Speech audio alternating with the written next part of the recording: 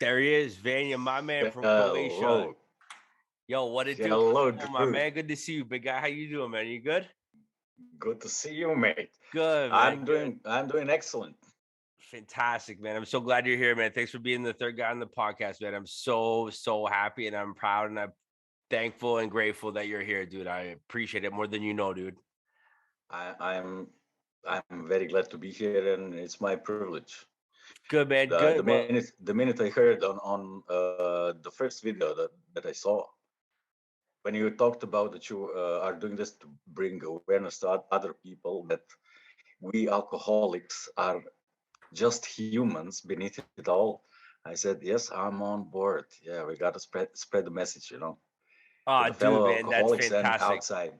Congratulations, man. I appreciate it, man. Thank you. I'm glad that the message got out there, and I really I'm grateful and thankful that that you wanted to come on and spread the word because that you know social stigma around mental health, alcoholism, and addiction is very big and very rampant at least in this part of the world. And through my my very limited knowledge of Vanya out in Croatia, I know that the world looks very differently at alcoholism and addiction over in your side of the world, and I never really thought about how different parts of the world view the same problems, man, and that opened up my eyes a few months back. So I'm grateful again that you wanted to come on and spread that word because I really look forward to hearing your story, man.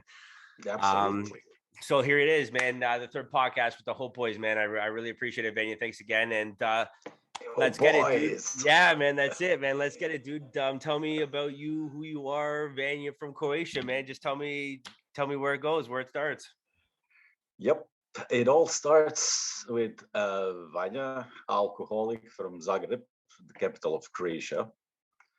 Well, I don't know where do you want me to start? What do you Um, need to know no, about no, me? of course, yeah, no, no, no. Well, you know what?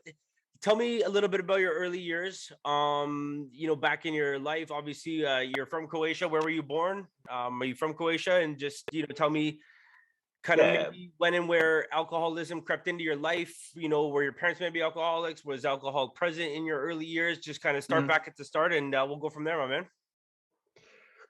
Cool beans. Well, okay. My story starts quite early. I was born as a baby. There is a point to that. I wasn't premature, but I have a twin brother. So I guess he ate all the food when we were in the womb, because I was born like I think translated it's something about 2.5 pounds. So I was very small and supposed to go into the incubator.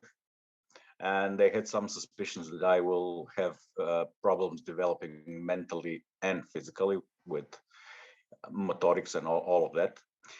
But lucky for me, there was this doctor who came from his holiday that day that I was born. He said, "Nah, he's gonna be good. He's gonna be much tougher than that other fat guy, my brother." And it turned out to be quite true. I grew up quite happily, I might say. I was really, like that doctor said, I was a bit tough kid. I was always little, but I was unbreakable, full of energy. My brother would get sick. I would get sick immediately. He would get like small fever, and he would be totally out. I would get high fever, and I would be playing with my toy cars, asking Dad, "Can I go out to play football?" He would be like, "No, man, you're sick." I would be like, "Nah." Well, the point to that story is that it all suddenly changed when I hit puberty, and all that period of my life, strangely enough, I had no alcoholism in my family, no problems with any kind of addiction. So I guess I'm in a minority, I guess. Also, people I know who are in Alcoholics Anonymous have that history of alcoholic parents. My parents do drink, or at least they did drink, but that was like Christmas parties, birthdays, and to a moderate degree, never to excess. They don't have the itch like we do. No, nobody in my family does. My twin brother.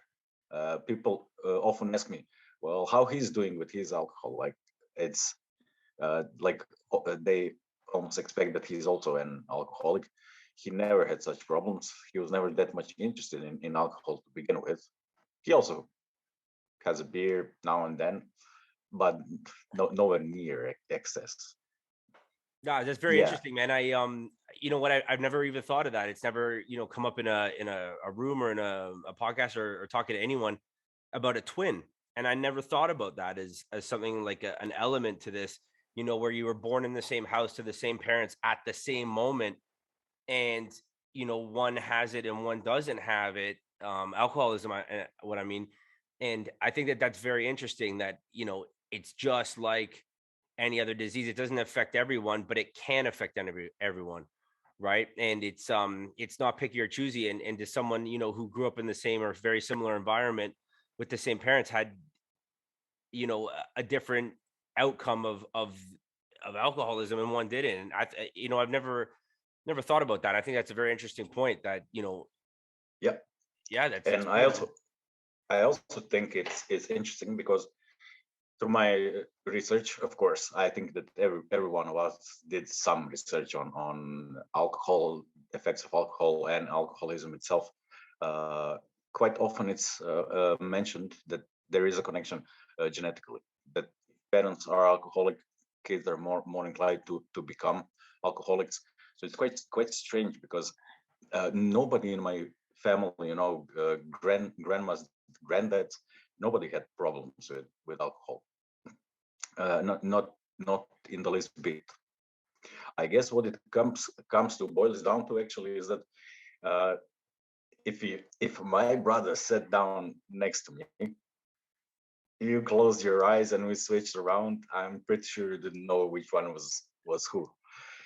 Uh, so immediately as we were growing up, immediately people think that we are completely the same, but we're actually two completely different persons. You We look have the same our on the outside, but you're very different on the inside. exactly. Got We do you. have we do have similar sensibilities. We do have similar interests, but then again, you can uh, ascribe that to living together since we were born till since I don't know. I moved out when I was 27. So Yeah. that's also a factor of picking up some similar habits. For sure. We're That we're kind of brings me to my next point too. I was gonna just ask you kind of like, when did alcoholism creep in for you? Like when did you take your first drink, and how did that make you feel? Yeah. Well, the first time, actually, it was a funny story. We were kids. I think I was maybe 10, something like that. We were out at our Croatian coast on holidays with parents and a bunch of friends from all over former Yugoslavia. Funny bunch, funny as hell, great parties. They all had kids, so it was a big happy family. And I remember going out one night as we used to do. Uh, Parents would um, grab a beer, we kids would get cola or something like that. But we were sitting in a booth, and I was sitting next to a guy who was sitting in a corner of the booth, and just behind him was like a small shelf, and he would put his beer glass behind him. It was convenient for him, and I would sneak behind his back and take a sip of beer one time. Okay, it didn't taste that good, but I was curious. What's so magical about this drink? Tried the second sip, tried the third sip, and bam! I burst out laughing. Everything was so funny. And all of the guys, the parents, were looking at me, and they were also a bit tipsy. And they were like, "What happened to this guy? Look at this!" And they started making funny faces. I was dropping to the floor laughing. And in about 10 minutes, I was asleep at the table. I actually don't consider that my first drinking, because that was just a funny story. I never thought about alcohol. In fact, when I was growing up, all the way until I was about 18, I was quite, I was a different kid. I was really, not really, extremely shy. I had extreme problems with self-confidence, self-esteem, which actually brings me back to my parents. To give the full picture, my dad is a fantastic guy who I really love, and I know he loves me and my brother a lot. He's one of those guys who had really tough childhood, and he basically learned how to take care of himself when he was just a kid,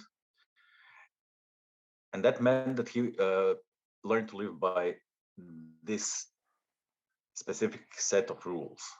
And with everything with him is, this is the right way, everything else is uh, just plain wrong, you know not different, wrong.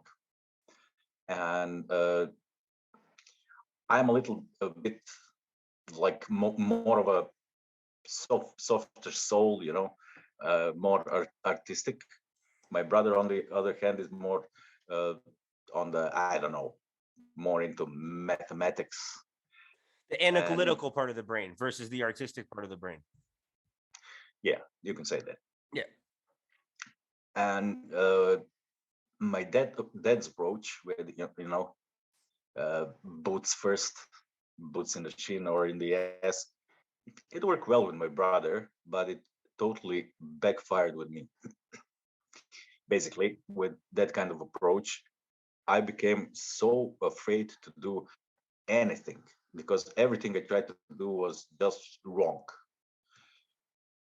So he stomped mm, my perception of self-worth totally into the ground. It was non-existent. And out of that, uh, I developed quite a severe anxiety, especially social anxiety. While I was actually beginning high school, and it coincided with my interest in girls, and that comes from another part of my family. The story with my mom. When Sasha, my brother, and I were really little, she got very severely ill. She, not to go into many details, she got an autoimmune disease that rendered her basically disabled.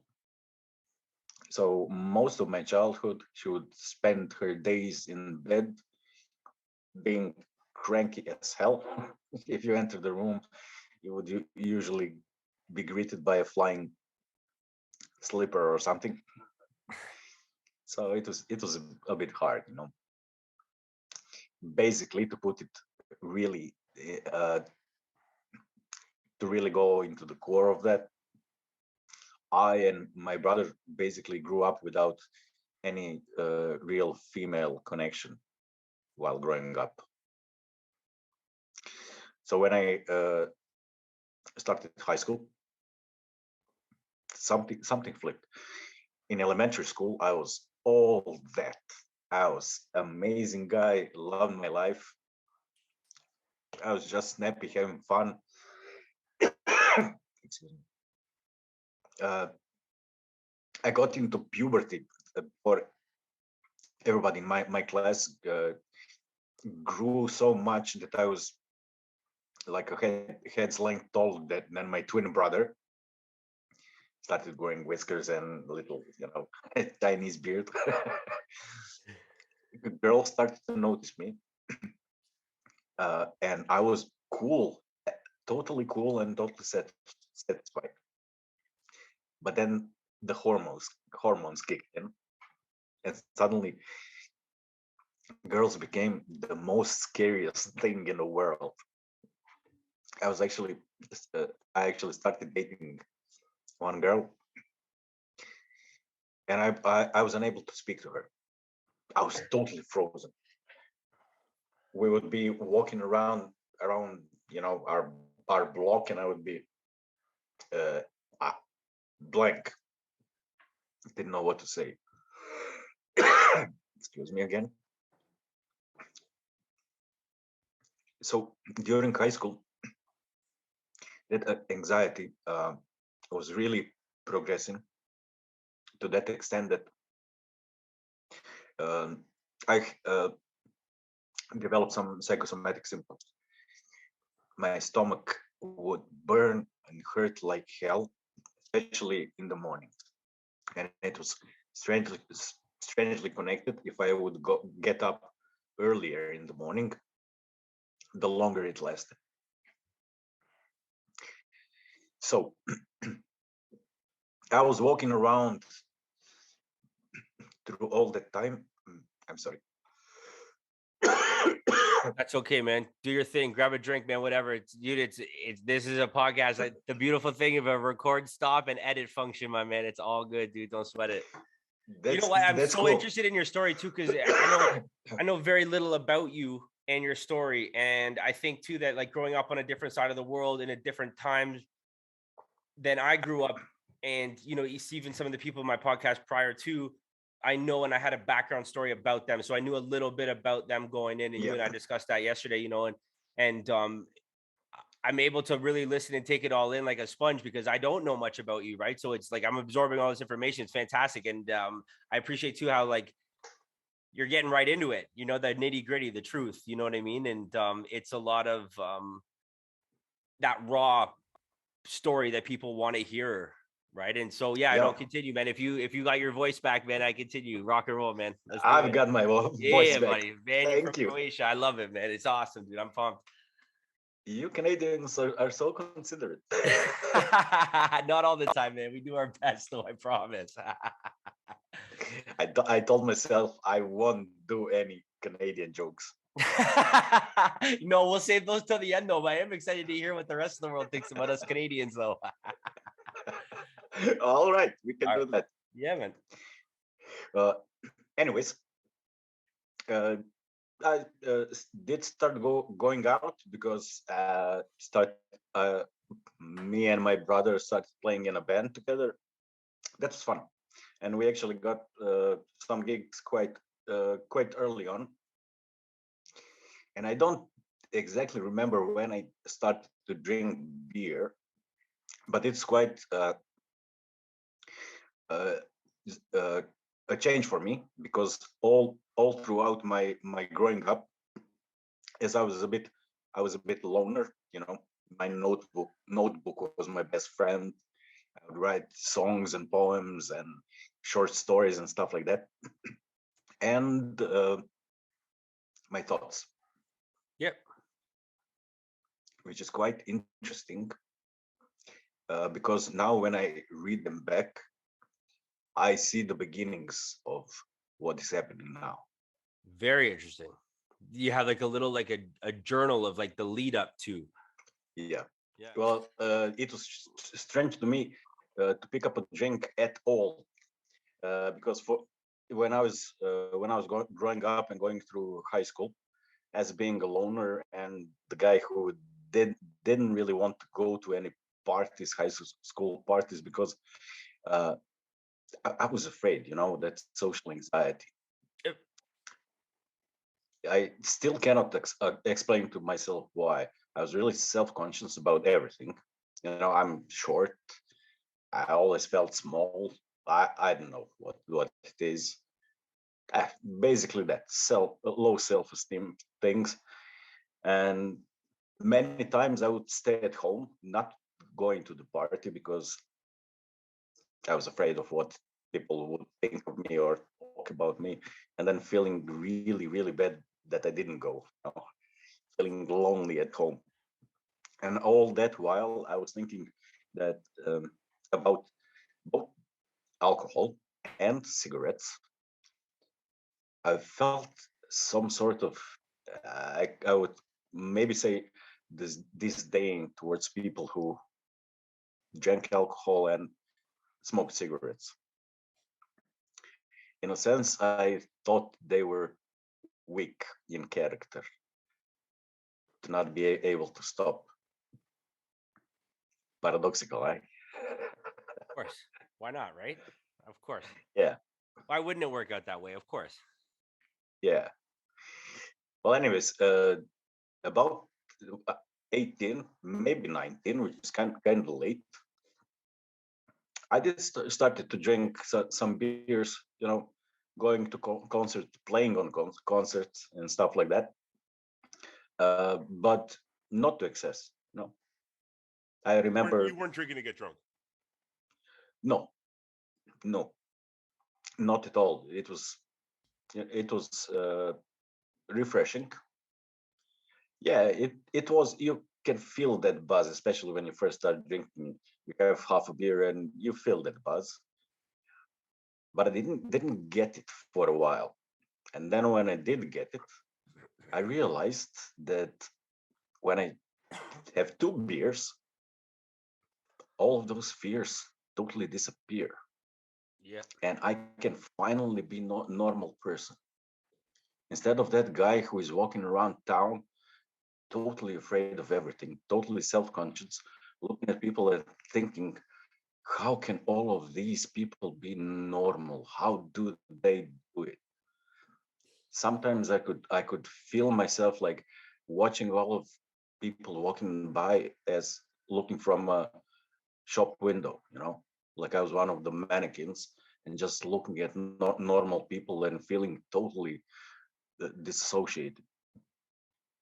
And suddenly that stopped, and that's how it goes. But I still didn't connect it to uh, drinking to that effect, you know.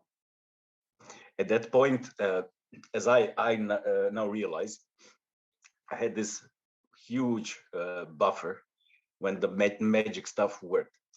You know, I could have like beer and a half, and I would be in that buffer, and all that buffer, it worked.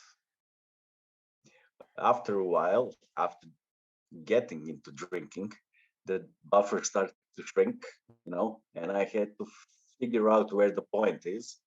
Once I go over, I'm done. I don't remember anything until the point, obviously, many years later, that buffer was almost non-existent.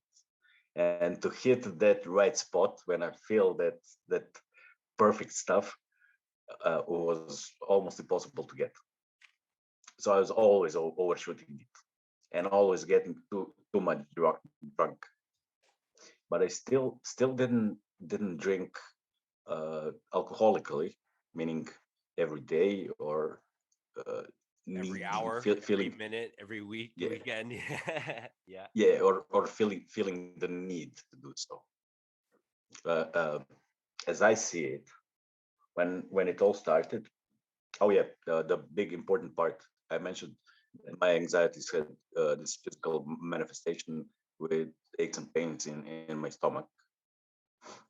And I remember distinctly one morning I was doing paragliding, which means getting up really early in the morning, and that was a problem for me. And I was getting ready to get out of apartment, and the stomach was really bugging me, and I have to get into a car, drive 3 hours, and spend whole day on the mountain. I'm not sure how can I do it with stomach like that. And I took a little shot of called rakia. Yeah, it's schnapps, heavy liquor. Woomph, warmth all over. Pains and aches just disappeared, and okay, I'm good. Not drunk, just warm and good, and a little bit in better mood. Warm and fuzzy. Exactly, warm and fuzzy. That's right. So this is how I can maybe best describe it in a metaphor. When I actually started drinking more, I realized that I found a new friend, the best friend, that kind of I got you friend, you know. Uh, The one you that never you lets you down. yeah, yeah, who always jumps in to help you. You have a problem with talking to that girl. I've I've got you, man. Just follow my lead. Just say what. Just repeat after me, like Cyrano de Bergerac. You have a problem with anything, you know, talking to your professor in college. Oh, just Do I have a I've got you, solution for man. you? Yeah, I've got you, man. I've got you. No worries for every situation, and it was every situation. And I didn't realize back then. Retrospectively, I realized that I started using that friend. I've got you, friend, for basically every situation that was the least bit stressful, you know. Now I got into a fight with a girlfriend, and I have to go over there and speak to her. That's so stressful. I've got you, buddy. I've got you. Just take a few sips of this, and you'll be all right. And it worked until it And didn't. it worked. It worked. It worked quite a long while until I realized that I'm losing the uh, losing my ability to choose Gotcha. all Are the you all talking the about that buffer decisions, zone again? So we're like that buffer zone's getting smaller and smaller now. and it extended to not the weekends. It extended to every part of the day, any part of the day. I lost the ability to make decisions on my own, basically. And I felt this friend of mine, I've got your friend, was no longer hugging me warm and fuzzy, but strangling me. And when as I used to tell my friend when I was telling him the story, I looked at my I've got you friend, and suddenly that friend had a different look, and the look was, I've got you now. I've got you now, and I'm going to kill you. And I'm going to kill you slowly. And while I'm killing you, I'm going to chase everyone away from you. I'm going to destroy everything around you. And I'm going to make everybody think that it's your fault, and you are going to watch it. And you will die a lone, shriveled, old, lonely man. And when I realized that I was under that kind of grip, it scared the shit out of me. It really did. In all that process, I felt helpless, actually, and I do mean helpless. I was trying on my own to get out of that grip so many times because I knew what it did, and every time I tried to climb out of that hole, that friend of mine would jerk the chain that was chained around my ankle, and I would fall back down, bam, on the rock bottom, and my friend would be, oh, that was cute.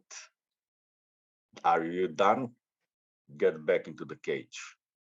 And back into the cage I'd go. I'm talking about relapses. For sure. And did alcoholism at this point, or your your friend that had your back to the friend that now had you by the ball and chain, did it force you to lower your moral standards at all? Like, were you starting to like do things you said you'd never do with people you said you'd never do them with? Oh, absolutely.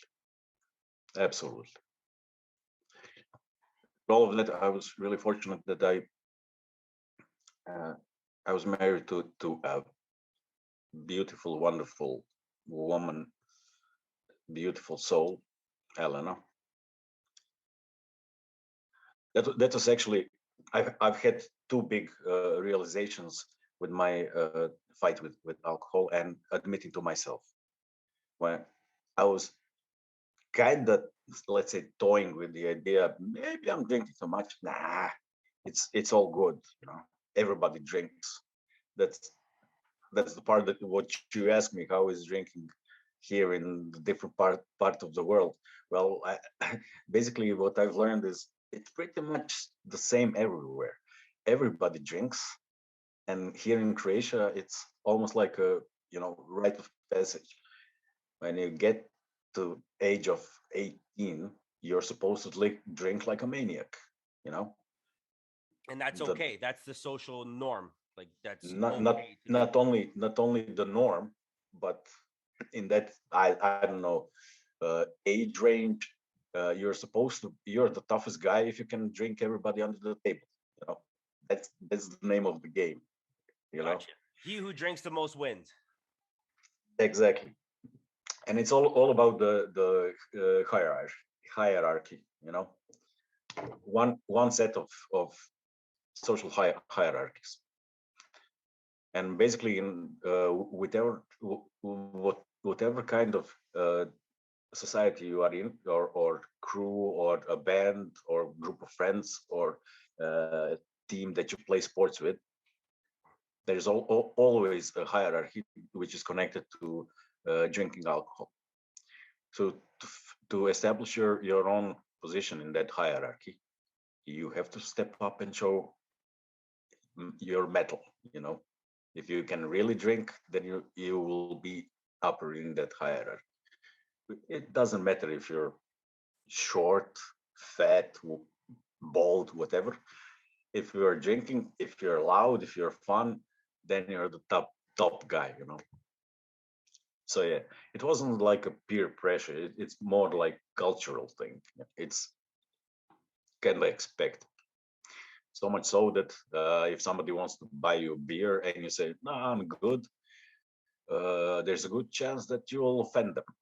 You know, I don't know if that's a particular case is everywhere in the world, but here in Croatia, yeah, definitely, and in Serbia and in Bosnia, and yeah, that is definitely something which is in the culture. Well, I did lost my train of thought for a second. That's okay, man. Yeah, yeah, yeah. No, you know what? So, like, did anybody at up until this point, did anyone like confront you about your drinking? So, like, you've obviously had problems. You had your wife. Obviously, like, some issues had become prevalent, not only to yourself, but to at least your wife at this point. But did like anyone else, confront you about your drinking, like friends, anyone? Obviously, you mentioned a little bit about the cultural aspect about drinking in Croatia. So, like, obviously, your friends at the hockey teams and games aren't going to confront you because they're encouraging you to drink. But did anyone outside of that, like either like your work or law enforcement or family or anything, did they confront you about drinking or drinking being a No, problem? I guess at this point, no, no. Okay, nobody ever. ever. No, ever. Okay. Okay. So I guess from my outside perspective, a couple things. You either had hidden it really, really well, and your demon was in your pocket to a certain extent, or alcoholism and drinking and over drinking is so prevalent and socially acceptable in Croatia that no one would ever, I guess, present it to you because it's not a problem to them, so it's not a problem to anyone at this point. I would think that maybe the case with me is that uh, when I would get drunk, I would never be aggressive. I would never be physically aggressive at all. I would never be verbally aggressive. What I would usually be is either really happy and fun or really sleepy. What I would do, which is like the worst version of me being drunk, is getting into uh, discussions about any topic, because it was really important to me for everybody to see how smart I am and that I am right. you know stupid competition, which I pretty much realize now that it was coming from my low self-esteem. that flip coin of ego. And when the inhibitions were lowered, then the ego would come out and say, hey, I really know this stuff. I want to be listened to and heard. Stupid thing. So I wasn't really making any kind of problems. Not with the law. I've never had a, a driving incident or something like that, which is miraculous. So no, basically, I had to first admit to myself, and that was my first realization when I really sat down with myself and think about my drinking and how it goes and what did I do with that drinking, in what situations I've been. I had to admit to myself, I really have a problem with my drinking. And I remember I was on vacation with Elena, and I needed to talk to her about it, set her down. It was the perfect moment for that kind of talk. We were both calm and in a good headspace. And I told her, listen, I was ready for any kind of reaction, but I just had to tell her and start dealing with it, hopefully with her support. And I told her really seriously and really comprehensive about her reaction. Listen, I have to tell you this. I think I have a serious problem with drinking. And she looked at me as calmly and as mildly as anybody can, and she just said, "I know." But she And responded it with was, love. She responded with love, though. and what totally surprised me, she said, "I know." I thought it was like a revelation to me. I had to practically convince myself into admitting it to myself. It wasn't like, yeah, I'm hiding it from everybody But she because I knew. wasn't. She knew. But she knew, yeah. Yeah. That day I decided to stop, and I did, and it was all good for almost a year. And next spring, Elena and I went to a 3-day vacation at the coast, and in that period of time, I remember it very vividly. I hated my life. It was really awful.